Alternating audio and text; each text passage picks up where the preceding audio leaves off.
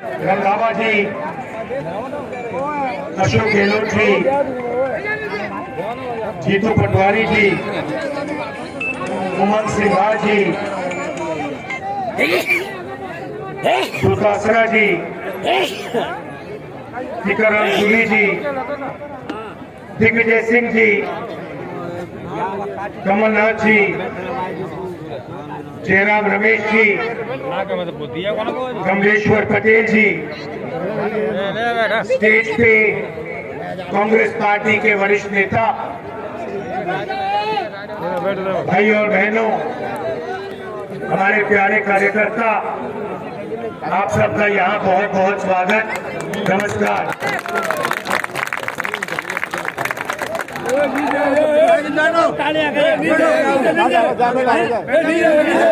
बारिश में आप यहाँ भीग रहे थे, तभी खड़े रहे, इसके लिए दिल से धन्यवाद करता हूँ। आपको कष्ट हुआ, हम थोड़े लेट भी चल रहे हैं, आपको यहाँ ठहरना पड़ा, उसके लिए भी मैं माफी मांगता हूँ। पिछले साल हमने भारत जोड़ो यात्रा की, कन्याकुमारी से कश्मीर तक चले, 4000 किलोमीटर चले, हजारों लोग हमारे साथ चले। क्यों चले? क्योंकि देश में बीजेपी और आरएसएस नफरत, हिंसा और डर फैला रहे। आप जानते हो कि विपक्ष की बात मीडिया में तो आती नहीं है, नहीं आती ना? आती है? नहीं आती। तो हमने सोचा सीधा जनता के बीच में जाकर अपनी बात रखें, और इसीलिए आजादी के बाद शायद कोई 4000 किलोमीटर की यात्रा किसी पार्टी ने करी, और उस यात्रा का बहुत फायदा हुआ, क्योंकि देश में जो दो विचारधाराओं की लड़ाई है, नफरत और मोहब्बत के बीच में जो लड़ाई हो रही है, और हिंसा के बीच में जो लड़ाई हो रही है, वो लोगों को बिल्कुल साफ दिखाई देगी। एक तरफ बीजेपी के लोग एक धर्म को दूसरे धर्म से बांट रहे हैं, एक जात को दूसरी जात से बांट रहे हैं, एक प्रदेश को दूसरे प्रदेश से बांट रहे हैं, और दूसरी तरफ कांग्रेस पार्टी सबको एक साथ लाने की कोशिश कर रही है, और यात्रा से एक लाइन में कांग्रेस पार्टी की पूरी विचारधारा एक लाइन में आ गई। नफरत के बाजार में मोहब्बत की दुकान खोलती है कांग्रेस पार्टी। अब बहुत सारे लोग आए हमारे पास, उन्होंने कहा देखिए, आप कन्याकुमारी से कश्मीर तो चले, मगर ऐसे बहुत प्रदेश हैं जहां आपने अपना मैसेज, अपने विचार नहीं पहुंचाए। बंगाल है, आसाम है, नॉर्थ ईस्ट है, उड़ीसा, झारखंड, छत्तीसगढ़, गुजरात। तो बहुत सारे लोगों ने कहा कि आपको वहां भी जाना चाहिए, एक दूसरी यात्रा होनी चाहिए, मणिपुर से महाराष्ट्र। और हमने ये बात मान ली, और इसलिए मैं आज आपके सामने यहाँ खड़ा हूं। आपको एक फायदा हुआ कि मध्य प्रदेश एक प्रकार से देश का जो दिल है उसमें से दोनों यात्रा निकल रही। इसमें हमने एक और शब्द जोड़ दिया। पहली यात्रा भारत जोड़ो यात्रा थी, दूसरी यात्रा में हमने न्याय शब्द जोड़ दिया। स्टेडियम में गए। पहली यात्रा में जब हम चल रहे थे तो मैं लोगों से पूछ रहा था कि देश में ये जो नफरत फैलाई जा रही है, जो हिंसा फैलाई जा रही है, इसका कारण क्या है? जरूर बीजेपी फैलाने का काम करती है, मगर ये जो कर पा रहे हैं इसका कारण क्या है? और सबने मुझे जवाब दिया, इसका कारण अन्याय है। अलग अलग तरीके के अन्याय हो रहे हैं। युवाओं के साथ बेरोजगारी, किसानों को सही कॉम्पेंसेशन नहीं दिया जाता, सही दाम नहीं दिया जाता, तो अलग अलग तरीके के अन्याय हो रहे हैं। इसीलिए भारत में नफरत फैल रही है। तो इसलिए हमने ये शब्द अपनी यात्रा में जोड़ दिया, भारत जोड़ो न्याय यात्रा। आप जानते हो क्योंकि अन्याय आपके साथ हो रहा है। सबसे बड़ा आर्थिक अन्याय आप जानते हो कि इस देश में 22 ऐसे लोग हैं बहुत है वे दादा बैठ जा, जिनके पास उतना ही धन है जितना हिंदुस्तान की 50% आबादी के हाथ में। 22 लोगों के हाथ में उतना धन है ये वीर है बाबा, जितना हिंदुस्तान के 50% के नागरिकों के हाथ में।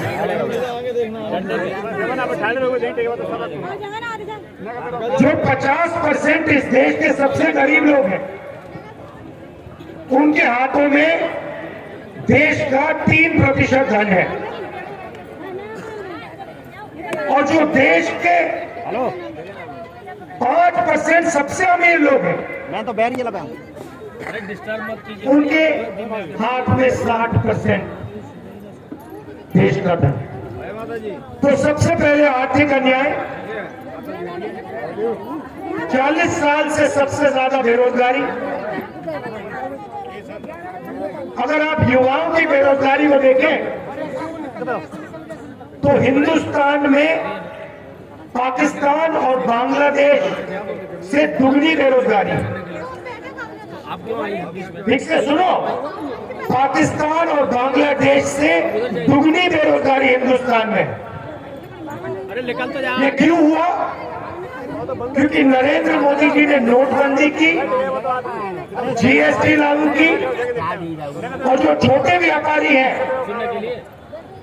जो छोटे कारखाने चलाते हैं,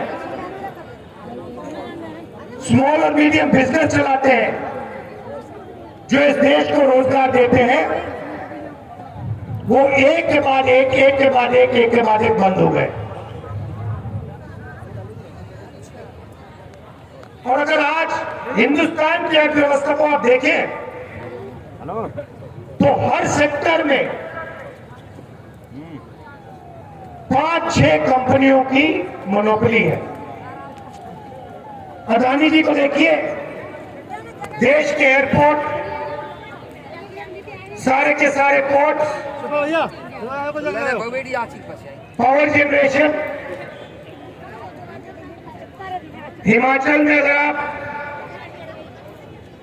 सेब की बात करो, पीछे जाइए आप लोग, वो पूरी की पूरी मार्केट उनके हाथ में। तो तो बड़े बड़े उद्योगपतियों को 3-4 को अभी बैठ जाइए। हिंदुस्तान का पूरा धन पकड़ा दिया। नतीजा क्या हुआ कि जो लोग देश को रोजगार देते हैं, स्मॉल एंड मीडियम इंडस्ट्री वाले लोग, वो सब बंद हो गए और देश के युवाओं को रोजगार नहीं मिल सकता। और किसी भी प्रदेश में आप चले जाइए, आपको हिंदुस्तान के युवा सड़क पे भटकते दिखेंगे, बेरोजगार मिलेंगे। तो ये हुआ आर्थिक अन्याय। इसमें आप किसानों को भी जोड़ दीजिए। नरेंद्र मोदी जी ने 16 लाख करोड़ रुपया हिंदुस्तान के 10-15 उद्योगपतियों को माफ किया, किसानों का 1 रुपया माफ नहीं किया। आज तक 10 साल में किसानों का 1 रुपया माफ नहीं किया।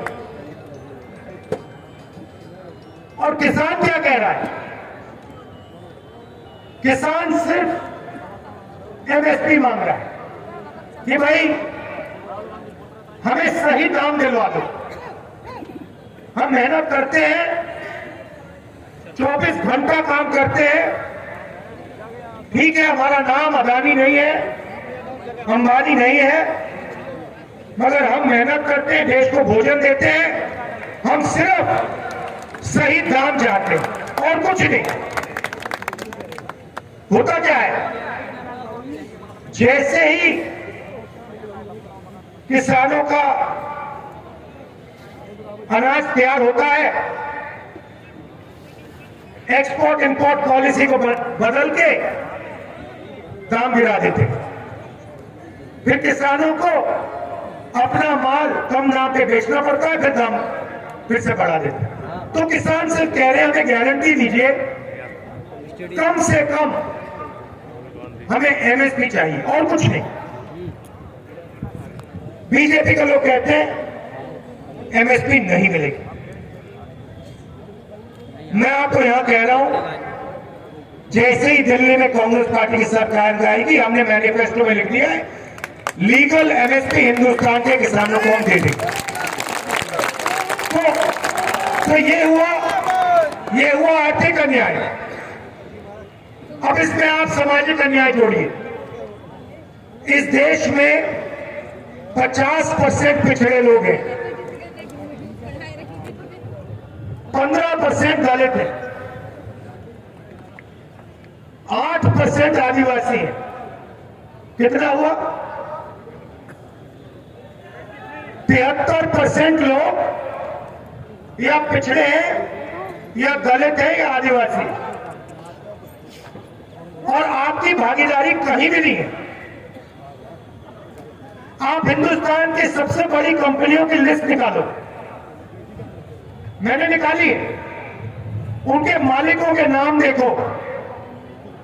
73% आबादी में से आपको एक मालिक नहीं मिलेगा। फिर सीनियर मैनेजमेंट की लिस्ट निकालो, उसमें भी आपको एक व्यक्ति नहीं मिलेगा। मीडिया में जाके देखो, मीडिया की बड़ी कंपनियों की लिस्ट निकालो, मालिकों के नाम निकालो, आपको एक मालिक नहीं मिलेगा।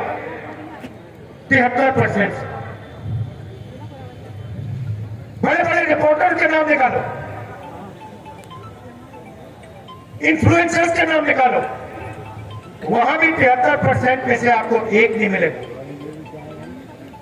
ठीक है, पता नहीं, शायद पिछड़े लोग, दलित आदिवासी भागीदारी नहीं चाहते, बड़ी बड़ी कंपनियों के मालिक नहीं बनना चाहते, मीडिया में भागीदारी नहीं चाहते। चलो तो फिर बड़े प्राइवेट कॉलेजेस को देखो, प्राइवेट यूनिवर्सिटी को देखो, उनके मालिकों में आपका एक आदमी नहीं। सेंट्रल यूनिवर्सिटी के प्रोफेसर की लिस्ट निकाल दो, उसमें आपके 73% के 10% लोग हैं, और वो भी छोटे छोटे प्रोफेसर। ब्यूरोक्रेसी में देखो, हिंदुस्तान की सरकार को 90 लोग चलाते हैं, आईएएस अफसर है, हिंदुस्तान के पूरे बजट को बांटते हैं। उनकी लिस्ट निकालो। 90 में से 3 पिछड़े वर्ग के हैं, 1 आदिवासी है, 3 दलित है, और जब बजट को बांटने का काम आता है तो उनको कोने में बैठा दिया जाता है, कोने में बैठा दिया जाता है। कहा जाता है देखो तुम लोग ज्यादा बकवास मत करो, इधर बैठो। 73% को कोने में बैठा दिया जाता है, छोटी छोटी मिनिस्ट्री दी जाती है। देश का 6% बजट, 6% बजट का निर्णय आप लोग लेते हो। तो प्राइवेट कंपनियों में 73% नहीं है, मीडिया में 73% नहीं है, शिक्षा में 73% नहीं है, स्वास्थ्य में 73% नहीं है, तो आप हो कहां? आगे बता ली बाकी। मैं बताता हूं आपको, मनरेगा की लिस्ट निकालो, मजदूरों की लिस्ट निकालो, उसमें आपके नाम दिख जाएंगे। जितने देखने देख लो। कॉन्ट्रैक्ट लेबर की लिस्ट निकालो, उसमें आपके नाम दिख जाएंगे। सफाई कर्मचारियों के नाम निकालो, उसमें आपके नाम दिख जाएंगे। तो ये नरेंद्र मोदी जी कर रहे हैं। एक तरफ सामाजिक अन्याय, दूसरी तरफ आर्थिक अन्याय। किसानों को कुछ नहीं देते, मजदूरों को कुछ नहीं देते,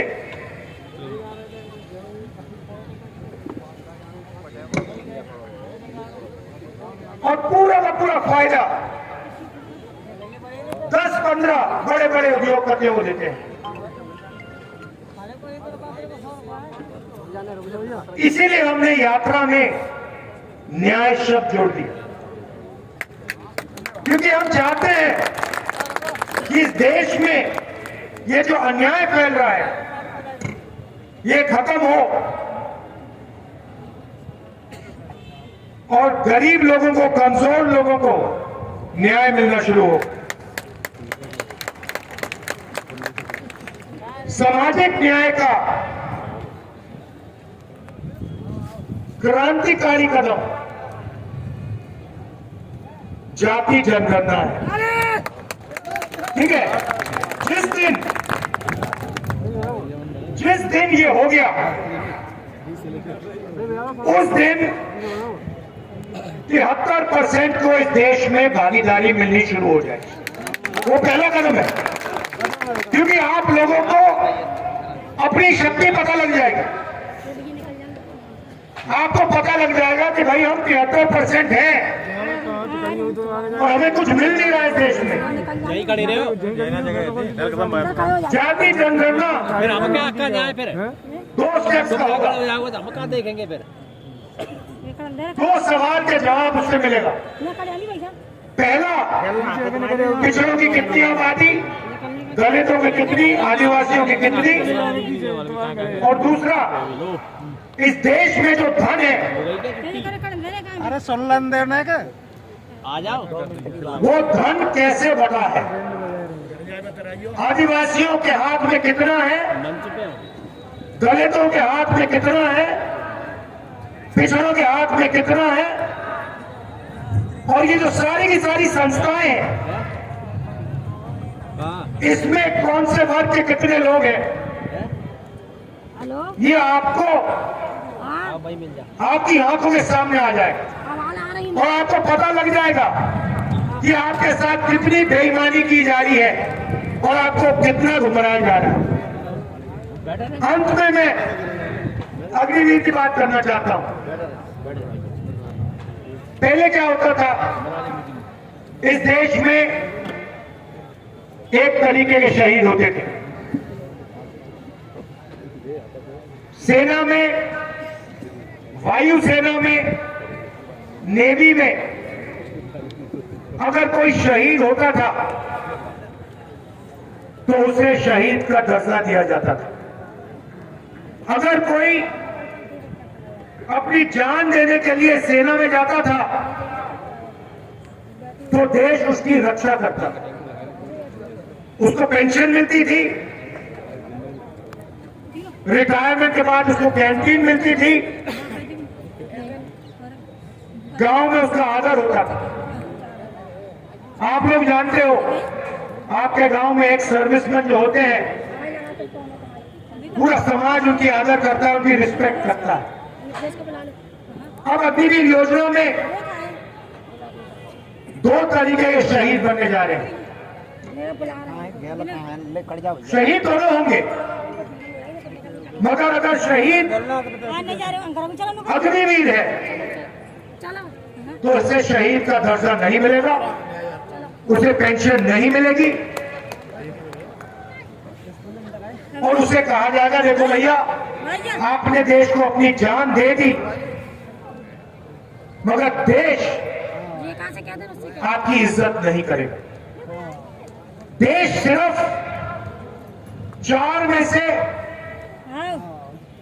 1 जवान की इज्जत करेगा, जो बाकी 3 अग्निवीर होंगे उनको निकाल दिया जाए। 4 में से 3 लोग वापस आएंगे, उन्हें ना पेंशन मिलेगी, ना कैंटीन मिलेगी, ना उनको गांव में कोई रिस्पेक्ट मिलेगी। और ये अग्निवीर योजना हो क्यों रही है? क्योंकि सरकार चाहती है कि डिफेंस का जो बजट है, चुप नहीं रह पा रहे तुम लोग, वो जवानों का ना मिले, उनकी पेंशन में ना जाए, उनकी ट्रेनिंग में ना जाए, मगर बड़े बड़े उद्योगपतियों के बैंक अकाउंट में जाए।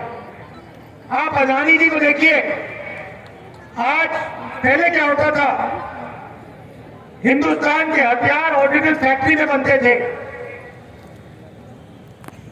गोला बारूद ऑर्डिनेंस फैक्ट्री में बनता था, एचएल हवाई जहाज बनाता था। अब क्या हो रहा है, एचएल को परे कर दिया। अदानी जी अब हथियार बनाएंगे, बारूद बनाएंगे, गोलियां बनाएंगे, ड्रोन बनाएंगे, हवाई जहाज बनाएंगे। और भाइयों बहन, ये बनाने वाले नहीं है। ये होगा क्या, ये बाहर कंपनी को कॉन्ट्रैक्ट दिया जाएगा, बाहर की कंपनियों को कॉन्ट्रैक्ट दिया जाएगा और अदानी जी को उनका पार्टनर बनाया जाएगा और फिर उनका माल अदानी जी यहां भेजेंगे और डिफेंस का बजट सीधा अदानी जी के बैंक अकाउंट में जाएगा और हमारे जवानों को कहा जाएगा देखिए, अदानी जी का जमाना है, आपका बेटा मर गया, आपका भाई मर गया, उसको हिंदुस्तान की सरकार शहीद का दर्जा नहीं देगी, उसकी रक्षा नहीं करेगी, तुम जानो तुम्हारा काम जाने। ये अदानी जी का जमाना है। धन्यवाद। ये होने वाला है। तो इसीलिए हमने न्याय यात्रा शुरू की और आपने इस यात्रा का इतना समर्थन किया, अपनी पूरी की पूरी शक्ति आपने इस यात्रा में डाली, इसके लिए मैं आपको दिल से धन्यवाद करता हूं। नमस्कार, जय हिंद।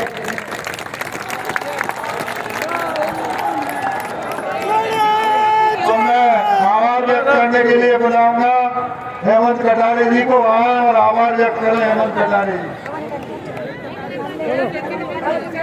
कटारे जी भैया अभी जब राहुल गांधी जी मध्य प्रदेश की पावन धरती पर कदम रख रहे थे तो हमारे राजस्थान के साथी बड़े भाई सीएलपी लीडर साहब ने कहा कि हम तो सूखे सूखे में लेके आए थे, यहाँ तो गीला हो गया। तो मैंने उनको बोला कि हमारी पावन धरती पे जनता जनार्दन तो है ही है, साथ में स्वयं इंद्रदेव भी जो है बारिश करके आशीर्वाद देने के लिए राहुल गांधी जी को देखने के लिए यहाँ उपस्थित हुए हैं। मैं धन्यवाद देना चाहूंगा आदरणीय राहुल गांधी जी का, जिन्होंने मध्य प्रदेश की पावन धरती पर कदम रखा और हम सबको संबोधित किया, हम सबको न्याय दिलाने की हमारी लड़ाई के लिए हमारी मांगों को रखा। और मैं विशेष रूप से, ये मेरी माँ की जन्मभूमि है, मैं अपनी जनता जनार्दन यहाँ चंबल संभाग के उपस्थित सभी मुरैना, भिंड, ग्वालियर, शिवपुरी, दतिया तक के सभी लोग जो पधारे हुए हैं, उन सभी लोगों को हाथ जोड़ के प्रणाम करके धन्यवाद दूंगा कि आप सब लोग ऐसे मौसम में भी आए, आपने इतनी प्रतीक्षा करी। और मैं केंद्रीय नेतृत्व को इस बात का भी धन्यवाद दूंगा कि उन्होंने हमारे ही ग्वालियर चंबल संभाग से राज्यसभा का सांसद चुन के आदरणीय अशोक सिंह यादव जी को केंद्र में भेजा। बहुत बहुत धन्यवाद।